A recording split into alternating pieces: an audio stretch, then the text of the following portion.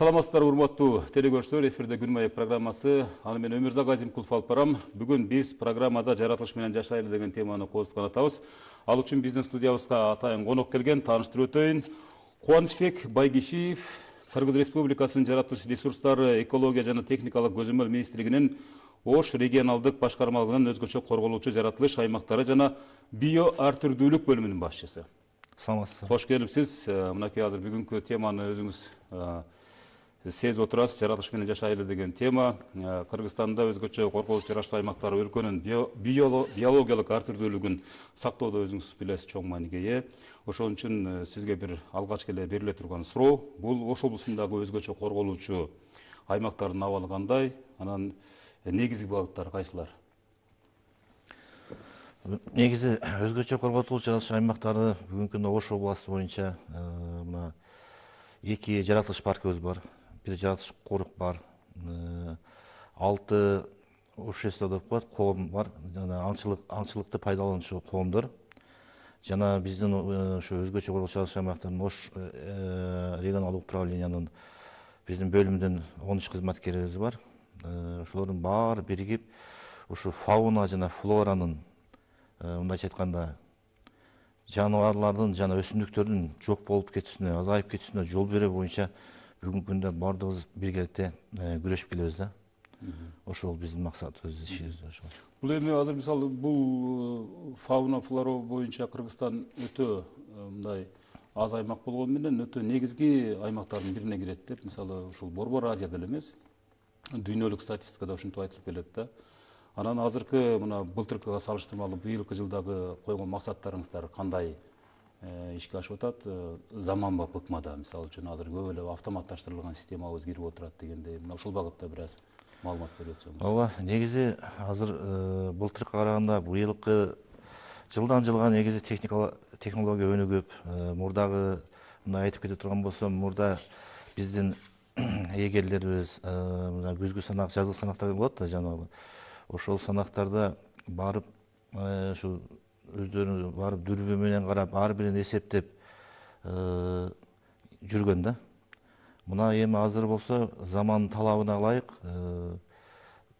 фото капкандар жана дрондор менен ошол жапайы жаныбарларга чочутпастан, алыстан эсептеп, азыр биздин кызматкерлерибизде да абдан шарттар жакшы түзүлүп келүүдө да, министрлик жактан.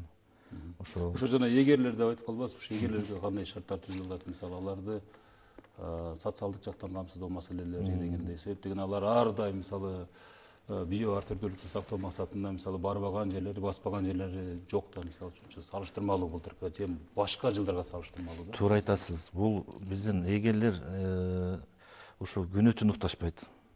Күнү түн уктайтпай ушу талаада. Бул эми биздин экология министрлигинен быйыл абдан жакшы биздин эгерлерге шарт түзүлүп атат. Мына кышта абдан жакшы формалар берди, абдан сапаттуу. Жанагы пауэрбанктар берилип атат, дрондор, фото капкандар жана башка ошол нерселер шарттар түзүлүп, жакшы министрлик жаксан быйыл абдан жакшы шарттар түзүлүп кетип атат. Эми азыр мисалы жалпы Кыргызстан боюнча алып караганда эми инте илгертен баштап эле кызыл китепке кирген жан жаныбарлардын, өсүмдүктөрдүн баардык түрлөрү мисалы биздин Кыргызстанда абдан көп кездешет да, мисалы үчүнчү.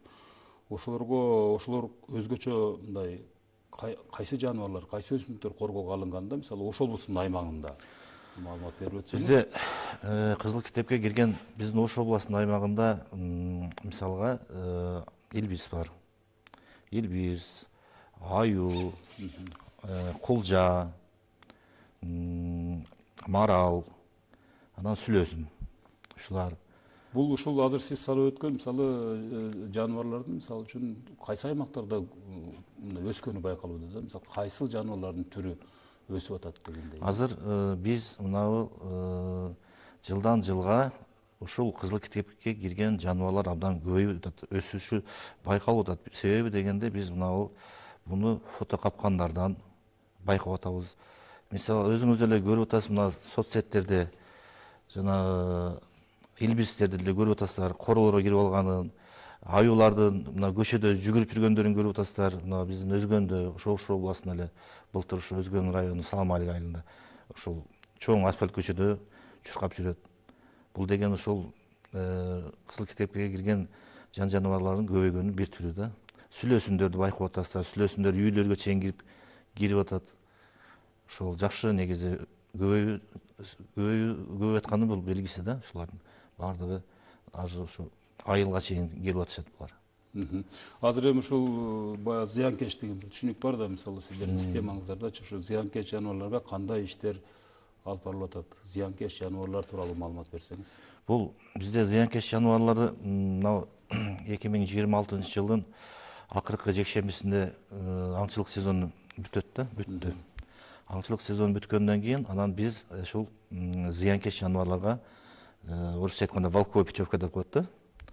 Карышкаларды улоого, аңдоого биз уруксат беребиз.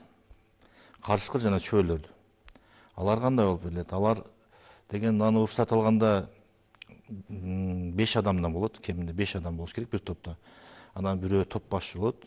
Ошо топ башчыга баары 5 адамга жазылып, ар бир айыл өкмөттөн ошол жанагы зыянкечтерге топ-топ болуп уруксат беребиз. Анан ошолор уруксат кагазынын негизинде анан чыгышып, ошо карышкыларды, чөөлөрдү, зыянкечтерди азайтышат да. Азыр бүгүнкү күндө аябай ошо зыянкечтер менен аңгулуу катуу жүрүп атат. Көптөгөн мисалга Ош областынан бир азыр 20да жакын карышкы, 100дөй чөбөрө уже азайып жок болду да. Ошондой. Эми азыр ушул жан жаныбарлар боюнча өсүмдүктөр дүйнөсү боюнча мисалы маалымат берип атасыздар. Мисалы кандай өсүмдүктөрдүн мисалы өзгөчө коргоого алынган түрлөрү бар биздин Ош облусунун аймагында? Бизде негизи Ош областы өзгөчө корголуучу аймак өсүмдүктөрдүн баарын эле биз коргойбуз.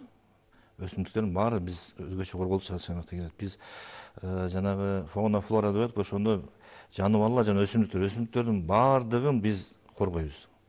Бир дагы мынаны бөлбөйбүз. Баардык өсүмдүктөрдү биз коргоп алабыз. Ал жерден кыскасы ошол фауна флора баардык биздин коргообузда да. Эми мына Кубанычбек мырза жанатан бери биз мисалы жалпы системаны түшүндүрүп өттүк да, жалпы көрүнүшүлөрүбүзгө. Эми азыр мисалы ошол системаны мисалы аткарууда же аны бузууда деп жанагы браконьерчилик деген түшүнүк келип чыгат бизде. Аңчылыкка тыюу салганына карабай мисалы аңчылык кылып кармалгандар кезигип калат дегендей, ошолор боюнча кандай түшүндүрүү иштери жүргүзүлөт? Эми бул боюнча биздин эгерлерибиз ар бир айыл өкмөткө барып түшүндүрүү иштерин жүргүзүп келип атат. Жана азыр эми заман талабына ылайык группалар бар. Ар бир айылдын өзүнүн группасы бар, аңчылардын өзүнүн группалары бар. Биздин ошол эгерлерибиз ошол группаларга кирип, кошулуп, ошолорго түшүндүрүү иштерин айтып, азыр мына мыйзамсыз аңчылык кылбагыла, туура келбейт, мыйзамды бузуп койсуңар дегенге карабай, эми баягы көпчүлүктүн арасында бирөөсү макул болсо бирөөсү чыга берет экен дейм. Эми ошол чыккандарын биздин балдар кармап мыйзам чегинде чаралар көрүп атат. Административдик айып салынып атат. Тактап айтып кетсем, 2024 жылы административный укук штраф боюнча 44 протокол түзүлгөн да.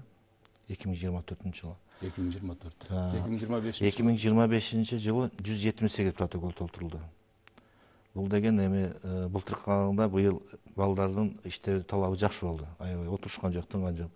134 протоколго көп толтурулду да, 24ке караганда. 2 миллион 116 миң сом акча дагы көп түштү. Ошол абдан жакшы, ошо балдар жакшы аракеттенип, быйыл жакшы результат кылдык. Мына буюрса, ушу протоколдор боюнча Кыргыз Республикасынын аймагында Ош областы 1-орунга чыктык быйыл 2025 жылы. Республика боюнча. Республика боюнча. Жакшы көрүнүш.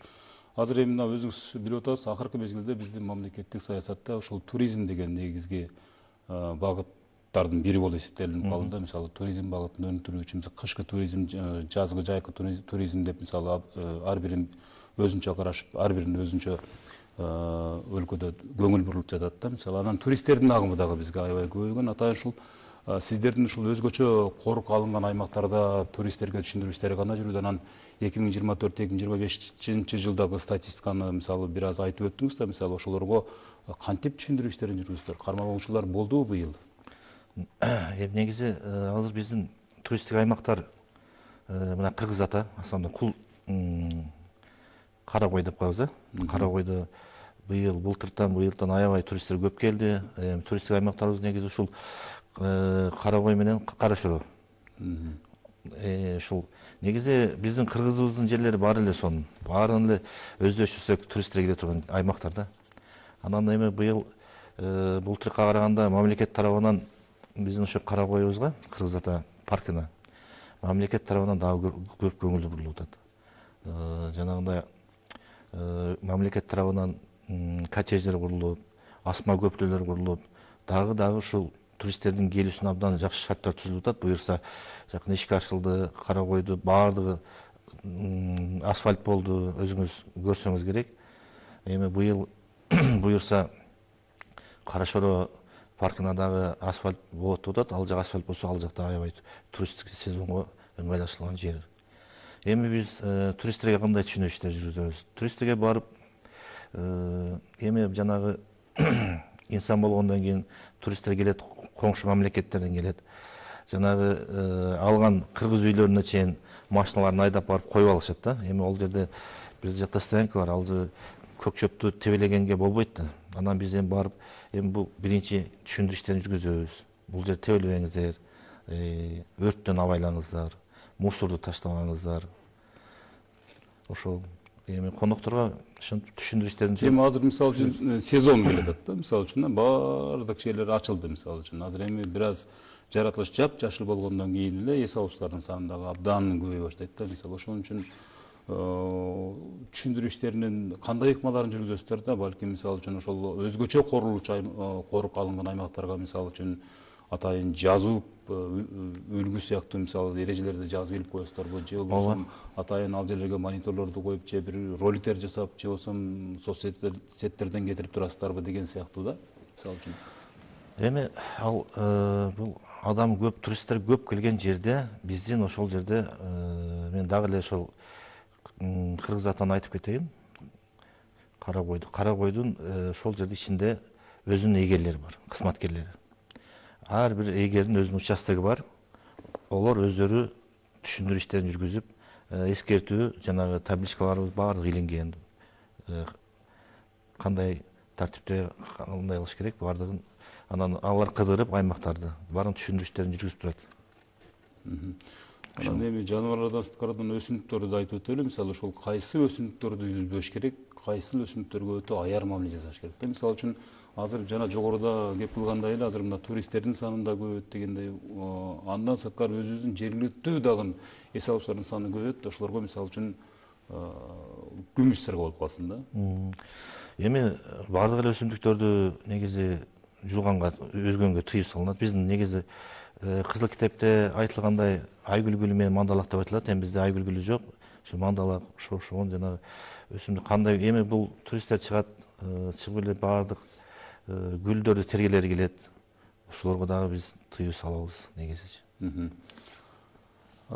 Статистика боюнча алып караганда мисалы үчүн эң көп баягы сейрек кездешчү өсүмдүктөр болобу, мисалы жаныбарлар болобу, мисалы ошол түштүк аймакта көбүрөөк кездешет экен да. Мисалы үчүн анан өсүмдүктөр боюнча мисалы үчүн азыр өзүңүз угуп деле билип деле жүрөсүз. Мисалы ушул фарм бизнеске мисалы керектүү өсүмдүктөрдүн түрлөрүн дагы мисалы үзүп чулуп кеткендер бар. Мисалы Ош облусу эмес, Жалал Абад облусун алсак, мисалы Чаткал тоо системаларында, Жалал Абад облусун алсак, Токтогул тоо системаларында жанагы бир чөп бар эле, кайсы чөп, ушуну үзүп аябай жок кылып, анан Өзбекстандан кадап өтүп кетишип, ушинтип кармалып атпадыбы?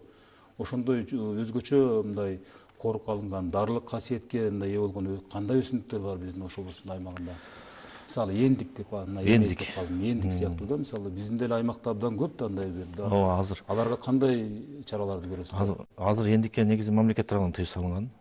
Аны эндик казганга негизи биздин Ош областында аймагында эндик казып жанагындай айыпка жыгылган учурлар кездешкен жок бизде. Бирок бизде бар ошол. Бизде бар. Анан Бизде ошол мына эми буюрса жаңы сезону келе жатат, жанагы мисче деп коебуз го. Ошол жаппай мисче тергендер чыгат. Эми ошолор менен күрөшөбүз. Алар эми буш элегинде короосун деле уже терип баштайт экен.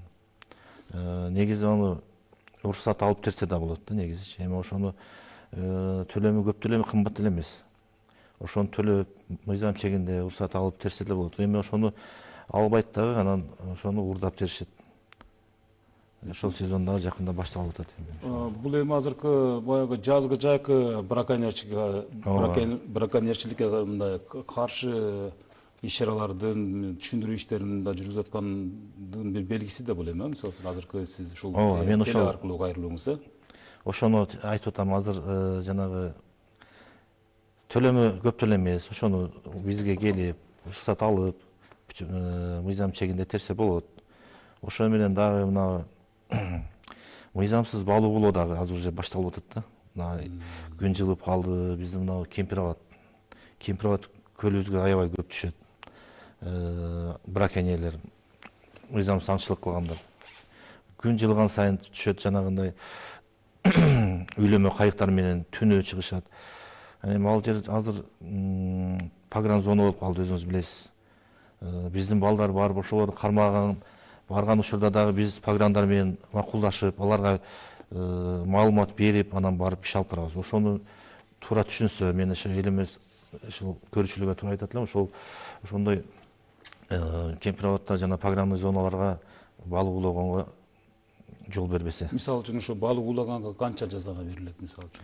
Мисалга балык уулаган ар бир балыктын өзүнүн Даанасын эсептейби, килограммын даанасын эсептейт. Мен азыр бир мисал айтып кетейин. Бир маринкага 500 сом штраф болот. Кичинекей маринка болсо дагы, чоң маринка эсе 500 сом бир маринканы кармаганга ошондой штраф салынат да. Бул эми ар бир балыктын өзүнүн штраф бар. Ошол мисалга бир мисал айтып кеттим. Ошондой жагдайлар көп, түшүнбөстүк болуп атат. Ошол эми мурдадан ошол кармап жүргөндөр түшө беришет экен. Анан эми биз азыр пограндар менен биргеликте иш алып барып атабыз. Ошол мыйзамсыз балык уулагандар болсо, пограндар менен ички иштер кызматкерлери менен биргеликте иш алып барып жүргүзүп атабыз. Жаныбарлар боюнча мисалы үчүн мына кекилик атуу деле мисалы сиздерге керек. Мисалы аңчылыкка чыгуу сезонуна карата дайраттарда мисалы көпчүлүк мисалы жөнөкөй тургундар мисалы үчүн кандай документтерди мисалы жана айтып атпайсызбы, мисалы убагында келип мисалы каттоодон өтүп арыздын негизинде мисалы мыйзамдуу аңчылык кылгыла депчи. Ошондо мисалы жаныбарларга мисалы көпчүлүк буга чейин маалыматы жок болсо деле керек. Мисалы үчүн кээ бирлери мисалы үчүн атайын мергенчилик күбөлүгүн алып анан кийин сезондорго карап туруп анан аңчылыктын баштайт да мисалы. Ошон үчүн азыр мисалы жеңилдетүүнү мурдагы салыштырмалуу мисалы аңчылык күбөлүгүн алуу азапка турчу да мурда. Жок, азыр эми мыйзам чегинде аңчылык ырастамасын күбөлүгүн алыш үчүн бизге кайрылат. Өзүнүн жанагындай документтер толтуруп перечендери бар. Ошону толтуруп бизге документ тапшырат. Анан биз ал биринчи тапшырып аткан жаранды комиссия бар. Биздин өзүбүздүн управленияда ошто комиссия бир чакырып, анан бир-эки суроолорубуз бар. Ошо кандай суроолор болушун? Эми сиз куралды кайка колдоносуз, аң улоонун эрежелерин билесизби деген ошол суроолор болот. Анан суроолорун берсе, анан биз уруксат макул болгондон кийин биз Бишкекке жөнөтөбүз. Анан Бишкектен келет жаңы алгандарга. Жанагы мөөнөтү бүтүп алмаштырганга келгендерге аларга экзамен алынбайт. Ал жөнүндө документ тапшырат. 1,5 миң сом төлөнөт мамлекетке ар бир ырастама үчүн. Анан биз документтерин топтоп баарын Бишкекке жөнөтөбүз. Биздин канча убакыт алат ошол мезгил? Бизде 15 күндөн узак 1 айга чейин келип атат. Анын мөөнөтү болобу ошол күбөлүктүн? Мисалы үчүн уруксатнаманын мөөнөтү бар да, мисалы 1 жылга же 3 жылга чейин. Немеге чейин болот? 10 жылга чейин болот алар. 10 жылга чейин. Эгерде мисалы үчүн ошол браконьерлерди же болбосо ошол мыйзамсыз аңчылык кылгандарды эл көрүп калса, алар кимге кайрылышы мүмкүн биринчи кезекте? Азыр негизи биздин социалдык тармактарга ол мыйзамсыз аңчылык кылып аткан адамды көрсө видеого тартып, сүрөткө тартып бизге жөнөтсө, биздин жана эле эмеге почталарыбызга жөнөтсө, биз аларга сөзсүз мыйзам чегинде чара көрөбүз. Өзүңүз деле көрүп атсаңыз керек, соц тармактардан ушундай бир мыйзамсыз аңгулап, ана өзү пиар кылып, мактанып, соцсетке чыгарып коет. Арка текелерди атып, мүйүзүн кармап, фотого селфи кылып түшүп чыгарып койгондорду айтып атасызбы? Бизде эми арка текелге чейин алар арка теке аткандар ондой кылбайт. Алар эми азыр айрыкча мына кекилик аткандар, ушундай случайлар болуп атат да, ушундай учурлар болуп атат. Кекилик атып, мактанып, анан жанагындай группаларга жөнөтүп коюп, алар соцсетке чыгып кетет. Анан биздин балдар издеп жүрүп, кармап, ошолорго мыйзам чегинде чараларды көрүп атат. Так. Ички иштер органдары менен биргеликте. Ички иштер органдары менен биргеликте. Мисалы ушул быйылкы жылда ошондой бир учурлар катталдыбы? Мисалы үчүн бир өтө чоң, мисалы үчүн жазана салынып, же болбосо анын укуктук жактан мисалы камакка чейинки мисалы көрүнүштөр байкалып калган каттоолор болдубу? Биздики камакка чейин, биздики эми негизи административный айып болот да. Камакка чейин барбайт, биздики ошо негизи штраф менен гана. Ошо камакка чейин деп атам да, ошол административдик айыптар мисалы үчүн көк сумма канча? Эң көк суммабыз биздики эми азыр жанагы Чоң Алай районунун эгери кармаган, эчке атышкан браконьерлер 300 000 сом 2026-жылда 300 000 сом айып болуп төлөштү. Төлөндү. Эми эгерлердин ошол бардык аракет кылса эле ошо натыйжалар жакшы чыгат. Жылда ушул Кара Кулжа менен Чоң Алайдан жылда 1-2 ушул кийик аткандар колго түшөт. Ошону менен бизде дагы жанагы мыйзамсыз курал алып жүргөндөр бар.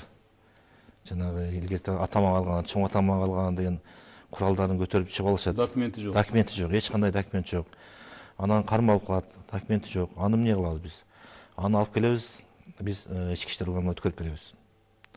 Акты менен өткөрүп беребиз.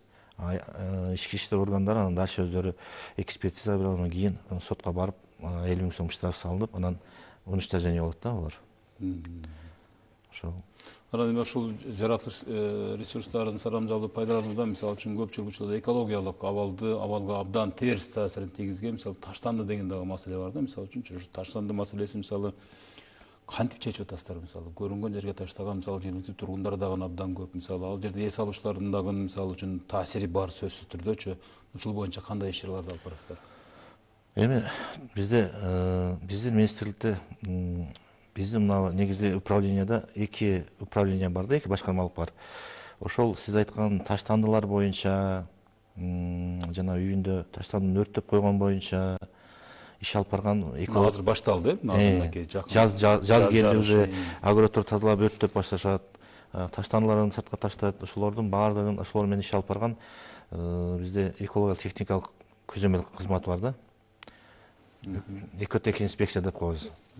Ошолор баардыгы ушул тармакта иш алып барышат. Эми урматтуу Кубанычбек мырза, мисалы биздин негизги делген дээрлик суроолорубузга жооп бердиңиз. Эми албетте мына алдыңкы күндөрү сиздерде оор, мисалы үчүн ишиңиздер оорлошуп баштаганын дагы мынакей баарыбыз эле билип турабыз. Мисалы жаратылыш ресурстарын сарамжалдуу пайдалануу, өзгөчө корук алынган аймактарды мисалы үчүн иретке келтирүү, алардын тартип режимдери мисалы жөнгө салуу боюнча жакшы деген иш чараларды жүргүзөсүздөр деген чоң ишенимибиз бар да.